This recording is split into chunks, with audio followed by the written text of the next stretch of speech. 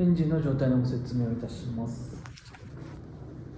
こちらの車になりますが、事故車のため一般道での走行試乗はしていませんが、会社の周り程度スピードは出ていませんが、車少し動かしましたが、特にエンジンの状態の方ですが、特に不具合などはありませんでした。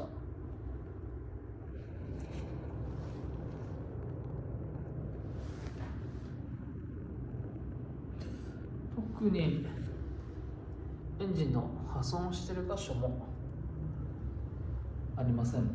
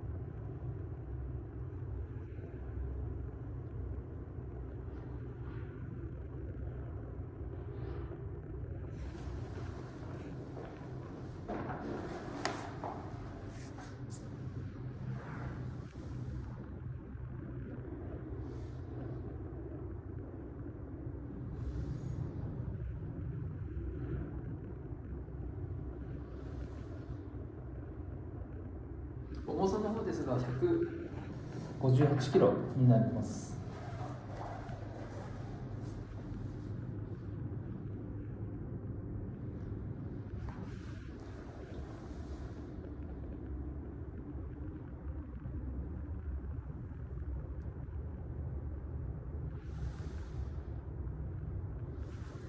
タービンの方になりますが、羽のガタつきは特にありません。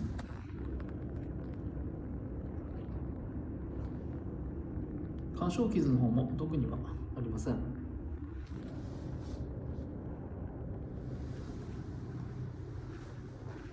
圧縮の方も特に不具合はありません。